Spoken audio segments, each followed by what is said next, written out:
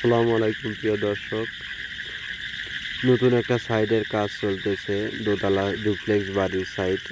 এখানে আপনাদের যে বাড়িটিতে আমরা কাজ করতেছি সেই বাড়ির ফুল ভিডিও এবং পিকচার আপনাদের সামনে তুলে ধরা হবে।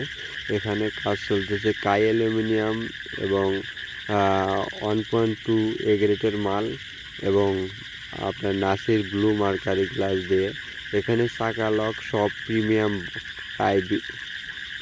বক্স লক দিয়ে কাজ চলতেছে এবং 6 mm গ্লাস।